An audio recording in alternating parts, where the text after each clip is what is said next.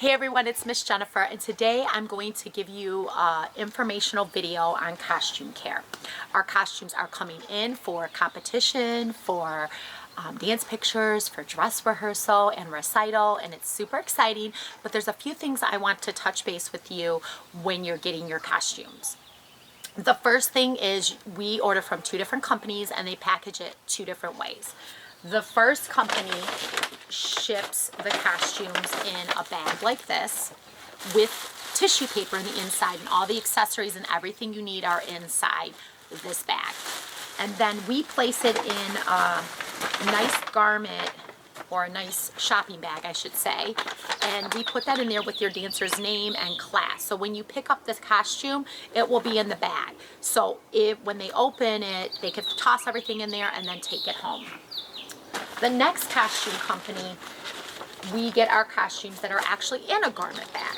Now, it has the costume description and your child's name and class we write on there, and then you'll get it on a hanger. Now, first and foremost, we want to make sure when we are getting our recital costumes that we treat them as a part of our dance education. Learning how to take care of our costumes and caring for our costumes is super important because that is a part of our dance education. It is something we do when we're competing, when we're doing our dress rehearsal, when we're performing. We need to know how to take care of these so we can have the longevity of our costumes for months to come. We do order these costumes in November and December, and as you know, they take weeks to come in, so there's not enough turnaround for us to replace costumes that have been damaged and whatnot on something we could have controlled. First and foremost, we want to make sure we wash our hands.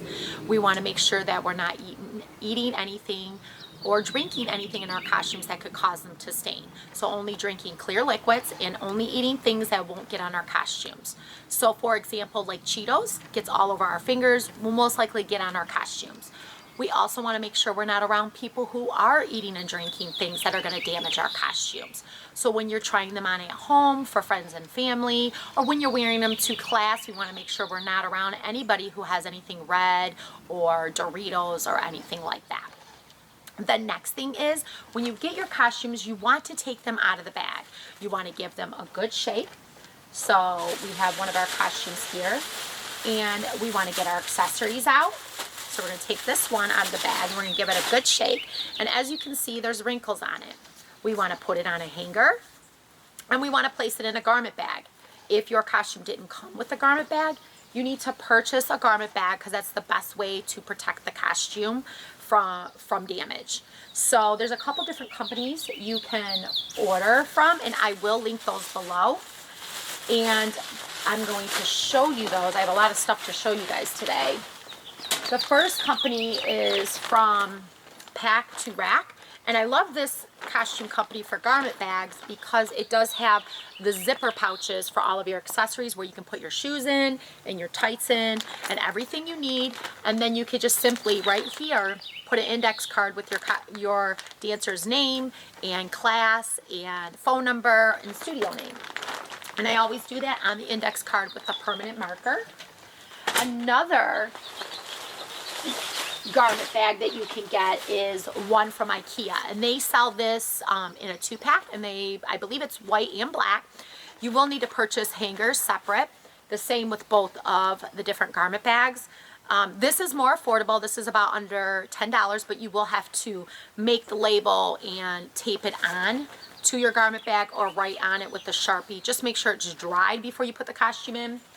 The Pack-A-Rack garment bags are a little bit more pricier, but I think they're kind of worth it. Well, I think they are worth it just because they have that accessory pocket area. If you go with the IKEA ones or another brand, you will need Ziploc bags, and those will be your friend. And you're going to put all of their accessories inside the bag, including tights, and you get various sizes. Poke a hole or cut a hole at the top so it can go right over your hanger. And then make sure you write with a Sharpie the dancer's name, the dancer's phone number, and the studio they're at. Now, if you're at a competition, you want to make sure you put a studio name on there, because if the costume does show up lost, not only will they call the number of the family, but they'll also get in touch with the studio, so you have 2 points of contact to get that costume to you immediately. If you're at our dance recital or any dance recital, it's just most likely that studio in the building. So the dancer's name and phone number are fine, because if the studio picks up the costume or the school, they'll immediately call the family so they can get that costume to them immediately. The next thing is I want you guys to know how to put the costumes on. So you're going to take the costume. You're not going to just put your feet in it like this and pull it up. So that's especially for like leotards, like anything like a ballet tutu, or some tap costumes have that leotard attached to it. You want to roll the costume down all the way to where the feet go in and then roll it back up, okay? So make sure that you do it that way so it doesn't pull on the costume and cause any rips, tears, or snags.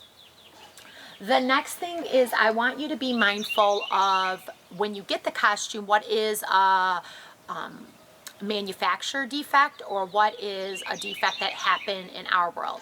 So that is why it's essential that you take care of these costumes, because if it's something that my dancer did, the costume companies are going to probably make us pay for another costume.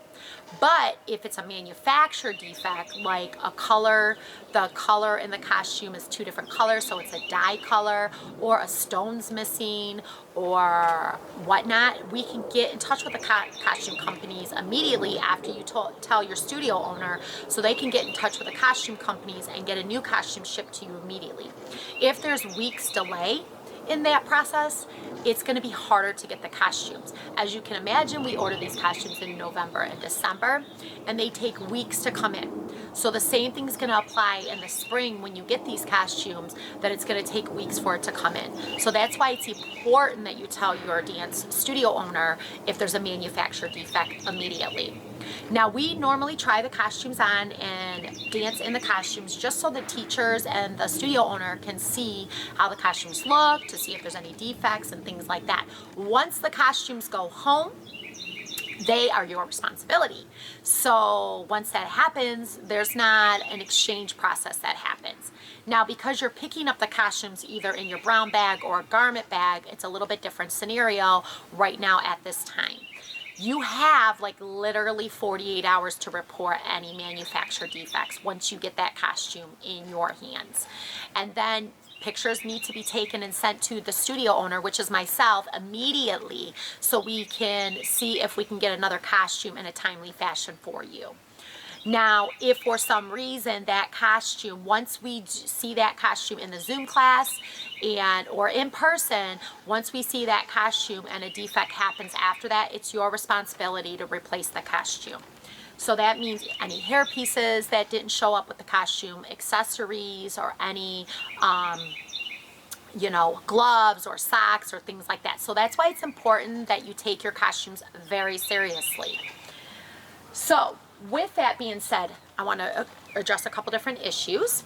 Is tutus. If you have a ballet tutu or a skirt that's fluffy, there's going to be a lot of wrinkles in it. It's going to look matted down and patted down. You want to make sure you take that and give it a good shake, like all of your costumes, to get any loose threads out or anything like that. These are made from humans, so they're made on sewing machines and not machine to machine. So sometimes loose stones come out, and that has nothing to do with the costume, just an extra stone got in there, so make sure that did not happen. And then you're going to steam the costume to get some of the wrinkles out. You can use a steamer, not an iron, or you can use a hot steamy shower. So you're not going to place it in inside the hot steamy shower. You're going to place it on the door and let all the steam release all the wrinkles. Once it releases all the wrinkles, you're going to take your tutus and hang them upside down with the hanger. So in the crotch area, you're going to swoop it through and hang it up that way. If your costume is a long flowy dress or pants or shorts, you're still going to hang it up. You're still going to steam it and do all that. You're not going to play in these costumes. You're not going to have a tea party in these costumes or anything like that until your performance is over and you're done with that costume for the season.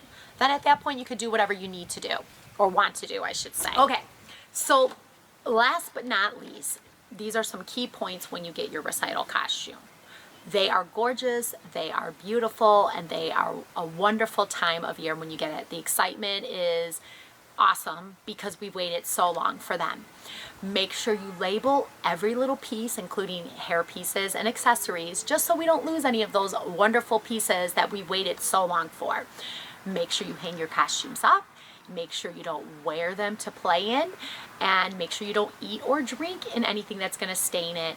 And remember, these are awesome. They create something beautiful. It with the dance and the costume, it's the whole picture comes together. If the costume's a little bit bigger, if it's 1 inch to 1.5 inches, that is okay, because our bodies are not all made perfect for these costumes. They're not custom made. So if one area is a little bit bigger and the other 3 areas fit just right, then that is okay. Even if 2 areas fit great and 2 don't, that's okay. If it's 1 inch to 1.5 inches, we can fix that with alterations. So have fun, enjoy the experience, learn and grow with your costume throughout the season, and once you get the costume, and you perform that dance on stage and you do that choreography, it just makes everything come together so cohesively, and it just is fun. So I hope you guys are enjoying getting your costumes. If you have any questions, let me know, and I will link below the garment bags that I showed you today, and I will talk to you guys real soon. Have a blessed day.